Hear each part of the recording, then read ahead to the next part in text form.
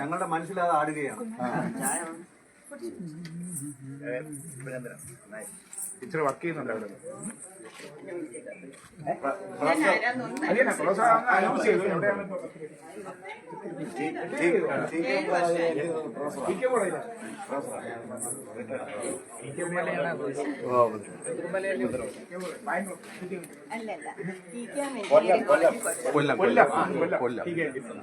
ഞാനും നമ്മുടെ ES പ്രദീപിന്റെ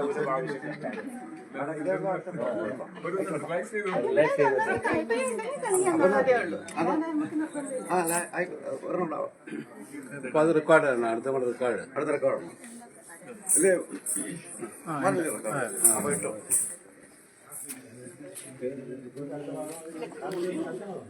പഴയ അതിന്റെ ചോദ്യത്തിൽ രാജഭവൻ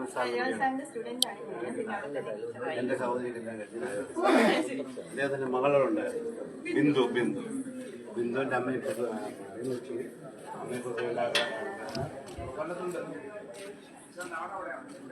ഞാനിപ്പോൾ നിൽക്കുന്ന അരിപ്പുറത്തു നിന്നും 1.5 കിലോമീറ്റർ അകലെയുള്ള മൂക്കുന്നി മലയിലാണ് നിൽക്കുന്നത്. ഏറ്റവും പ്രധാനപ്പെട്ട വാർത്തയാണ് എൻ്റെ വാർത്ത നൽകുന്ന ലൈവാണ്. നമ്മളിപ്പോൾ ഡാൻസ്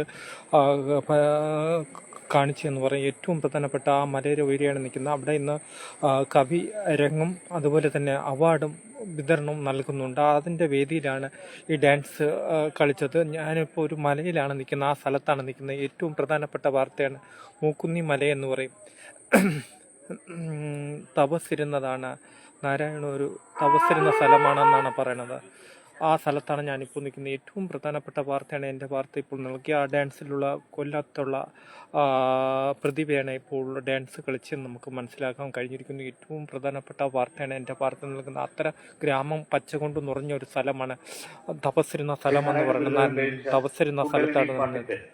ദൃശ്യാവിഷ്കാരം അവതരിപ്പിച്ചത് പ്രൊഫസർ ഗായത്രി വിജയലക്ഷ്മിയാണ്.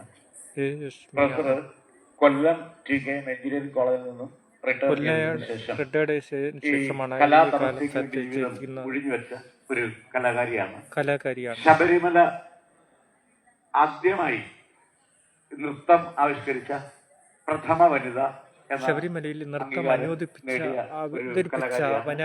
കലാകാരിയാണ്. ഇപ്പോൾ ഇവിടെ എത്തിയിട്ടുണ്ട്.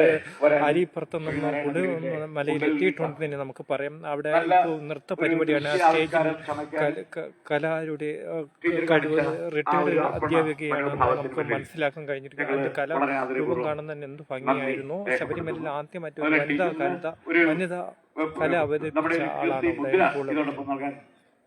ഇത്രയും പറഞ്ഞാൽ ഞാൻ നിർത്തുന്നു. എന്റെ വാർത്തയ്ക്ക് വേണ്ടി തിരുവനന്തപുരത്ത് വന്ന് ഏറ്റുവാങ്ങണം എന്ന് ടീച്ചറിനെ അറിയിക്കാം.